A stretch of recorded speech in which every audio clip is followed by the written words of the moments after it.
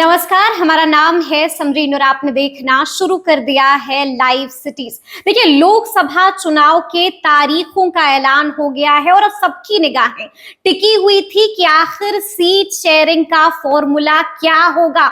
और बिहार एनडीए में अब सीट शेयरिंग का फॉर्मूला भी तय हो गया है और मालूम चल गया है कि आखिर किसके खाते में कितनी सीटें होंगी। लेकिन आपको बता दें कि अभी भी पिक्चर साफ नहीं हुई है, बहुत सारी चीजें हैं जो अब भी समझनी बाकी है। तो आज हम इसी को आपके लिए डिकोड करने की कोशिश करेंगे। तो आज इस मुद्दे पर चर्चा करने के लिए हमारे साथ सीनियर जर्नलिस्ट ज्ञानेश्वर जी हैं।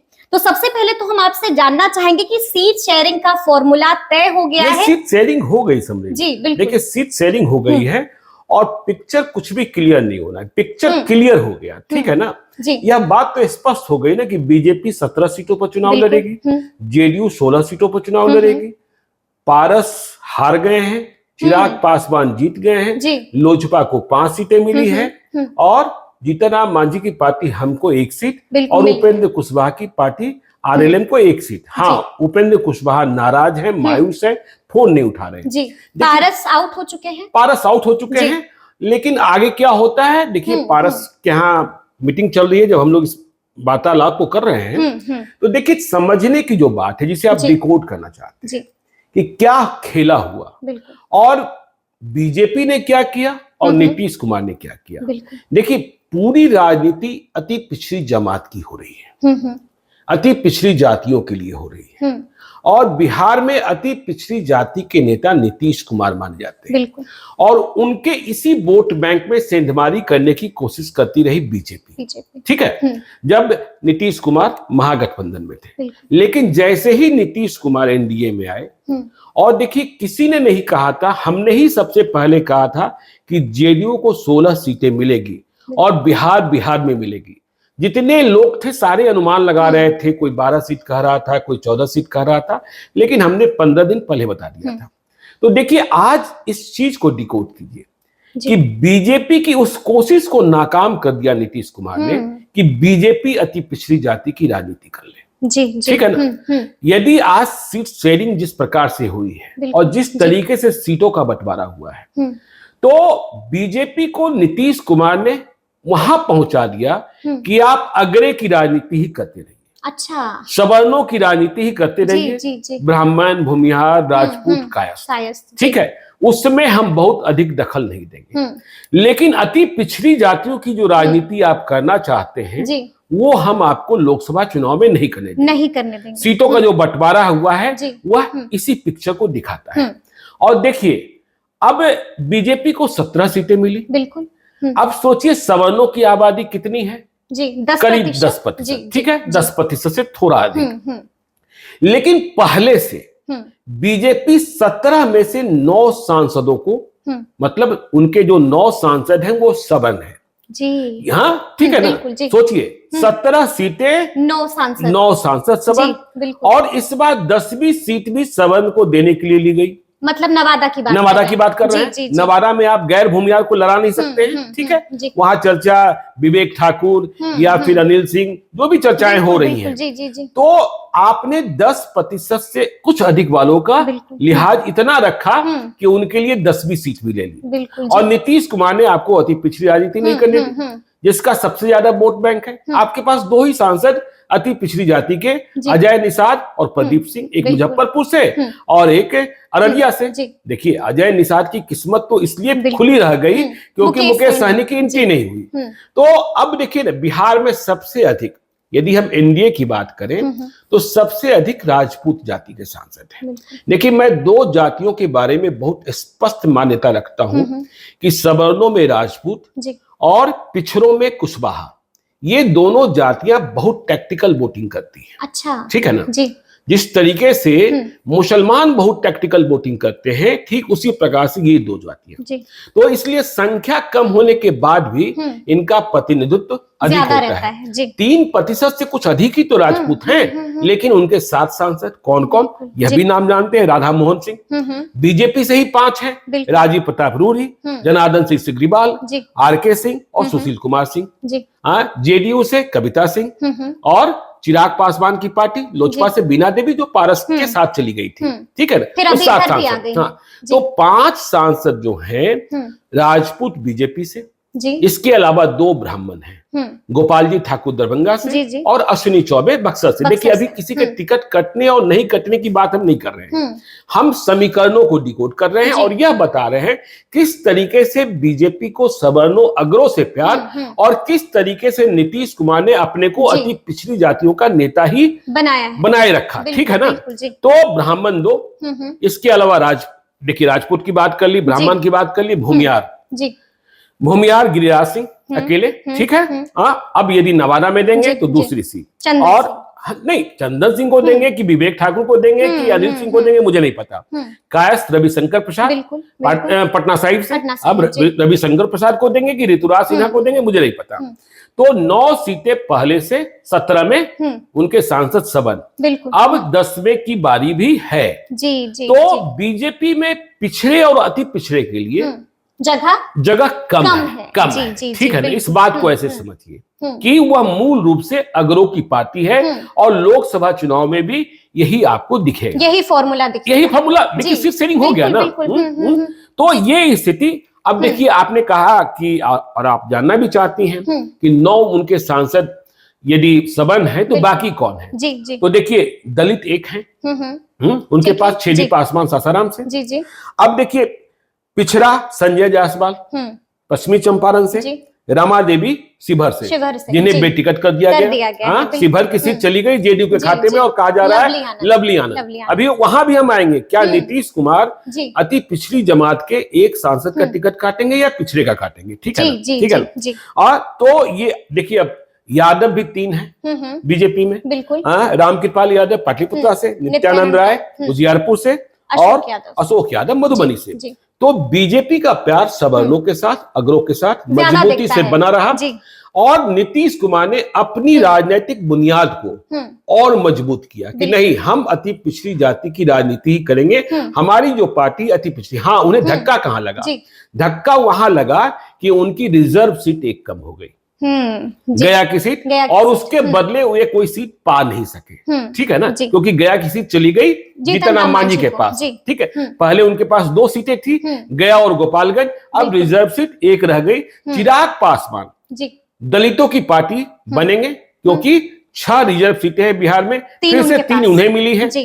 तो यह बात समझने की है। तो कैसे देखिए नीतीश कुमार को अति पिछड़ों से प्यार है। बिल्कुल, नीतीश कुमार की पार्टी में जो 5 सांसद हैं वो अति पिछड़ी जमात के हैं। अच्छा, ठीक है ना? जी। 5 सांसद, तो कौन कौन है? 5 सांसद हैं। रामप्रीत मंडल झंझारपुर से, टिकट मिलेगा नहीं मिलेगा मुझे नहीं पता। दिलकेश्वर कामत सुपौल से, दुलालचंद गोस्वामी कटिहार से, अजय मंडल भागलपुर से और चंदेश्वर चंद्रवंशी जहानाबाद से। देखिए जब हमने चंदेश्वर चंद्रवंशी का नाम लिया तो जहानाबाद में नीतीश कुमार ने 2019 में प्रयोग किया था। जहानाबाद की सीट परंपरागत सीट भूमियारों की रही है एनडीए के खाते से, लेकिन नीतीश कुमार ने प्रयोग किया और चंदेश्वर चंद्रवंशी गिरते लुढ़कते चुनाव जीत गए। इस बार भी यह कहा जा रहा था कि जहानाबाद की सीट हो सकता है नीतीश कुमार छोड़ दें, चिराग पासवान के खाते में चला जाए। चिराग पासवान अरुण कुमार को चुनाव लड़ा दें, ठीक है, नवादा छोड़ दें और जहानाबाद ले लें। लेकिन यह सीट नीतीश कुमार की पार्टी जेडीयू के पास ही रही। तो चंदेश्वर चंद्रवंशी को टिकट देंगे या किसी और को देंगे? देखिए हमें यह लगता है कि नीतीश कुमार सवर्णों की संख्या को नहीं बढ़ाने जा रहे हैं। अच्छा। यदि लवली आनंद को लाया गया है तो शायद कविता सिंह बेटिकट हो जाए सिवान से। क्योंकि नीतीश कुमार को पिछड़ों की और अति पिछड़ों की राजनीति करनी है। नीतीश कुमार यह कहते हैं कि देखिए हमारी ताकत वो है कि जब हम लोकसभा का चुनाव लालू यादव के खिलाफ लड़ते हैं एनडीए में, तो हमारे यादव चुनाव जीत जाते हैं और लालू यादव के यादव प्रत्याशी चुनाव हार जाते हैं। और नीतीश कुमार ने यह दिखाया है कि पाटलिपुत्रा में 2009 में लालू यादव को भी उनके ही दोस्त रंजन यादव से हरवा दिया था। तो आपका सवाल ये होगा कि क्या यादव मत दे देते हैं? नहीं, यादव तो उतना मत नहीं देते हैं उम्मीदवार के कारण, कुछ नेह छोक वाले संबंध के कारण, लेकिन उस यादव उम्मीदवार के साथ जी अति पिछड़ी जमात का वोट इतना जुट जा रहा है कि लालू यादव का यादव उम्मीदवार हार जाता है। इसलिए अति पिछड़ी जाति की राजनीति नीतीश कुमार नहीं छोड़ते हैं।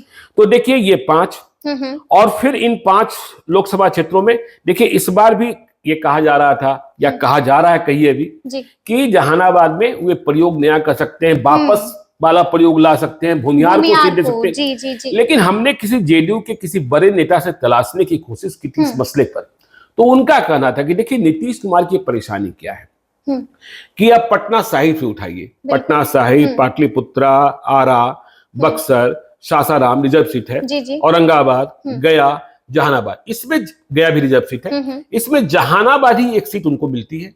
औरंगाबाद में मांग रहे थे, मिली नहीं, हाँ नहीं मिली, तो जहानाबाद एक सीट मिलती है।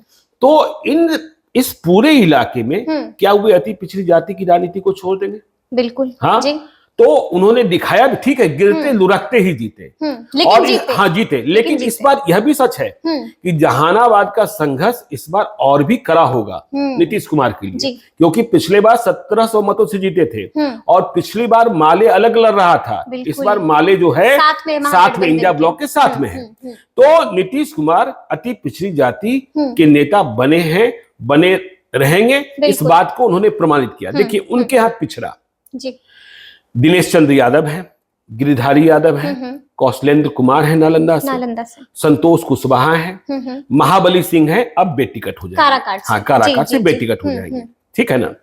सुनील मेहता है वाल्मीकि नगर से और सुनील पिंटू सीतामढ़ी से, वे भी बेटिकट हो जाएंगे। तो इसलिए देखिए क्यों हम कह रहे हैं कि नीतीश कुमार सवर्णों को, चूंकि उनका कमिटमेंट कहीं कहीं हो चुका है जी। एक कमिटमेंट उन्होंने 2019 के चुनाव में किसी ब्राह्मण को चुनाव नहीं लड़ाया था। संजय झा को ये चुनाव लड़ाना चाहते थे दरभंगा से, लेकिन सीट चली गई थी बीजेपी के खाते में। इस बार भी कोई संघर्ष की स्थिति न हो, क्योंकि देवेश चंद्र ठाकुर जो बिहार विधान परिषद के सभापति हैं, उन्हें वे कई महीने पहले कमिट कर चुके थे जब महागठबंधन में थे तभी कि आप सीतामढ़ी से चुनाव लड़ेंगे।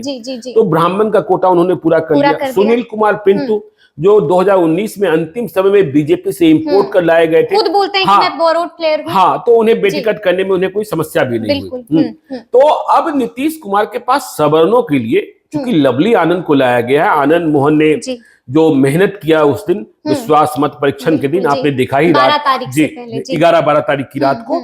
तो अब यह देखना होगा कि राजपूतों की संख्या पहले से ही 7 है, क्या अब 8 हो जाएगी? और यदि 8 नहीं हो रही है तो 7 ही रखना है, तो 7 रखना है तो बीजेपी एक राजपूत का टिकट काटती है या नीतीश कुमार काटते हैं। नीतीश कुमार 2 राजपूत को लड़ाते हैं तो एक पिछड़ा या एक अति पिछड़ा को कम करना होगा। देवेश चंद्र ठाकुर को टिकट देकर ऐसे ही एक पिछड़े को आपने कम कर दिया है। तो ये परिस्थिति, अब देखिए नीतीश कुमार की पार्टी में संबंध कितने, एक भूमिहार ललन सिंह, ठीक है, ललन सिंह के खिलाफ उम्मीदवार तलाशने में हम मुंगेर में आरजेडी को कितनी परेशानी हुई है, कहां से अशोक महतो को खोज कर लाया गया है। अशोक महतो खुद जिनके लिए महिला ढूंढी जा रही है 60 साल की उम्र में, ठीक है ना। तो और जो राजपूत कविता सिंह, देखिए दलित के बारे में मैंने बता ही दिया कि गोपालगंज की सीट सिर्फ उनके पास बची है, जहां आलोक सुमन है, टिकट मिलेगा नहीं मिलेगा मुझे नहीं पता है। तो नीतीश कुमार अपनी अति पिछड़ी राजनीति को सहेज कर रखे हैं और उन्होंने यह संदेशा देने की कोशिश की है कि देखो अति पिछड़े की चिंता हम ही करते हैं, ठीक है ना, भविष्य की राजनीति है। बीजेपी वाले तो सवर्णों के साथ ही लगे रहते हैं, उन्हें जब 17 मिलता है तो 9 या 10 सवर्ण को दे देते हैं, ठीक है ना। तो यह संदेश उन्होंने दिया है। अब देखिए चिराग पासवान के सामने संकट हो गया। चिराग पासवान के सामने क्या संकट हो गया? 5 सीटें मिली। बिल्कुल चिराग पासवान नहीं, रामविलास पासवान दलित सवर्ण एकता के लिए जाने जाते हैं। बिल्कुल जी, ठीक है। तो उनके पास 3 सीटें तो रिजर्व मिल गई, हाजीपुर, जमुई और समस्तीपुर। यहाँ तो वे किसी दूसरे को लड़ा नहीं सकते हैं। एक हाजीपुर स्वयं लड़ेंगे, दूसरे जमुई में या समस्तीपुर में अपने बहनोई को लड़ाएंगे, तीसरे में किसी और को उम्मीदवार बनाएंगे। संजय पासवान की चर्चा हो रही है, लेकिन भूमिहार को कहां से लड़ाएंगे? कहां से लड़ाएंगे जी, यह बड़ा सवाल हो गया। बिल्कुल जी। और भूमिहार उनके साथ क्यों रहे? ये भी एक बड़ा सवाल है। लोकसभा में मौका तो मिला जी, नहीं। बिल्कुल। कितने लोग थे? अरुण कुमार, हुलास पांडे, डॉक्टर अभिषेक सिंह, गुंजन सिंह, डॉक्टर जी। शाहजानंद प्रसाद सिंह, सभी लोग पसीना बहा रहे थे। बिल्कुल, लगातार फोटोज जा रहे थे। जी, और हमने सबका यही दावा था कि सीट कंफर्म है लगभग। देखिए, मैं बार बार कहता हूँ जी। कि चिराग पासवान इतना मंद मंद मुस्कुराते हैं ना, बिल्कुल, और सभी के साथ मुस्कुराते हैं। मतलब खूब बढ़िया ड्राइंग रूम है, जी जी जी, वहाँ अच्छी चाय पिलाते हैं, गुलदस्ता भी होता गुलदस्ता है, देते हैं, गुलदस्ता लेते हैं, देते हैं, फोटोग्राफी होती है, विक्ट्री साइन दिखाया जाता है, अच्छी बिस्किट्स खिलाते हैं, ठीक है ना। लेकिन जो मंद मंद मुस्कान है उसका राज किसी को पता नहीं चलता है। और हर आदमी मान लेता है कि चिराग तो मेरे ही, चिराग तो मेरे ही है। देखिए, मैंने किसी एक व्यक्ति को कहा था अभी 10 दिनों पहले कि चिराग पासवान को नवादा की सीट नहीं मिलने जा रही है। अच्छा। वह सीट भाजपा को मिलने जा रही है जी। लेकिन वे इतने आश्वस्त थे कि उन्होंने कहा, क्या ज्ञानेश्वर जी आप भी बात करते हैं, मेरी तो बात हो गई है और हमसे बेहतर तो कोई हो ही नहीं सकता है। अच्छा, इतना ओवर कॉन्फिडेंस, ठीक है ना। तो देखिए, अब चिराग पासवान के लिए भूमिहार को लड़ाने के लिए सीट नहीं है। बिल्कुल। अब राजपूत को लड़ाने के लिए सीट है वैशाली, वहां भी रस्सा कस्सी बहुत है। हाँ, और वहां भूमिहार भी एक उम्मीदवार हैं। जी जी जी, विनीता विजय, अमर पांडे की पत्नी, ठीक है ना, एलबी सिंह की बेटी, रघुनाथ पांडे की पतोहू, ठीक है ना। लेकिन वहां राजपूत को ही लड़ाया जाएगा, क्योंकि देखिए, हाजीपुर लोकसभा क्षेत्र जहां चिराग पासवान को लड़ना है, वहां राजपूतों की आबादी ठीक ठाक है। और यदि चिराग पासवान ने वैशाली में कोई चेंज किया तो एक परसेप्शन बन जाता है ना कि ये सीट राजपूत की है, ये सीट भूमिहार की है, छीन लिया, ये कर लिया, वो कर लिया। और वहां उनके पास उतने उम्मीदवार हैं। मतलब वहां पर एक अनार 100 बीमार। हाँ, महुआ वाले संजय सिंह हैं, पार्टी के भीतर ही महुआ वाले संजय सिंह हैं, इंजीनियर रविंदर सिंह हैं, और बीना देवी खुद हैं। बीना देवी तो ठीक है, बीना देवी उधर चली गई थी, फिर आ रही है। हाँ, लेकिन ये दोनों तो लगातार सेवा भाव से लगे थे पार्टी के लिए, ठीक है ना। तो उनके पास तमाम उम्मीदवार हैं, एक और संजय सिंह है, ठीक है ना। तो उनके पास, लेकिन असली रस्सा कस्सी अब क्या होता है, क्या तो भूमिहार को लड़ाने के लिए नहीं, राजपूत को लड़ाने के लिए सीट बची है। ब्राह्मण की बात कर लीजिए, एकदम बिल्कुल कमिटेड लग रहे थे कि हम राजू तिवारी जो अपने प्रदेश अध्यक्ष हैं उन्हें चुनाव लड़ाएंगे वाल्मीकि नगर से। लेकिन वाल्मीकि नगर की सीट नहीं ले पाए, बीजेपी को चली गई। ये बात हम बार बार कहते थे कि देखिए, वाल्मीकि नगर की सीट नीतीश कुमार नहीं छोड़ेंगे, क्योंकि नीतीश कुमार लवकुश की राजनीति के प्रणेता हैं।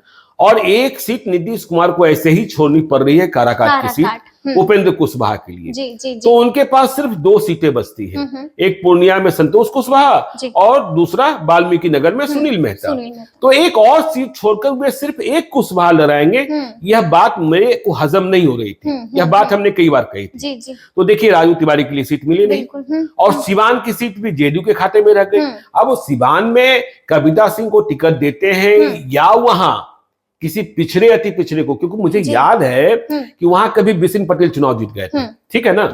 तो वहां कुशवाहा आबादी भी है। नीतीश कुमार क्या प्रयोग कर देते हैं, जब सिवान में प्रयोग कर भूमिहारों की सीट समाप्त कर अति पिछड़े को आगे ला सकते हैं, तो सिवान में वैसे एक देखिए, मतलब बाहुबली विधायक है उनके, वैसे देखिए, मुझे संदेह ही होता है कि बीजेपी या जेडीयू किसी अपने विधायक को चुनाव लड़ाने जा रही है। देखिए, अब ये इस पे संदेह हो रहा है। हाँ, इस पे संदेह हो रहा है। देखिए, आरजेडी में अब ये संदेह नहीं है, क्योंकि तेजस्वी यादव यह मान चुके हैं कि अब हम सरकार बिहार में नहीं बना सकते। मतलब घुटने टेक दिया है। हाँ, नीतीश कुमार की सरकार को नहीं गिरा सकते, क्योंकि बीजेपी ने ऑपरेशन कर दिया, आरजेडी के कई विधायकों को तोड़ दिया, कांग्रेस के कई विधायकों को तोड़ दिया, तो सरकार नहीं बना सकते हैं। तो आरजेडी से आपको कई विधायक चुनाव लड़ते दिखाई पड़ेंगे। सुरेंद्र यादव भी हो सकते हैं, आलोक मेहता भी हो सकते हैं, सुधाकर सिंह भी हैं, गया में कुमार सर्वजीत पासवान भी हैं, तो ये आपको दिखाई पड़ सकते हैं। लेकिन इधर से इसकी संभावना हमें कम लग रही है।